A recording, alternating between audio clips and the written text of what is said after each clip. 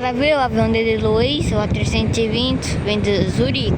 Quando chegamos a este sítio, que é o ferro, estava então um bocado de chuva e também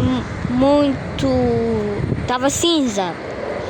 Depois, mais tarde, como podem ver agora pelas imagens, já está sol. Mas ainda temos um bocadinho de vento. Mas o vento já saiu.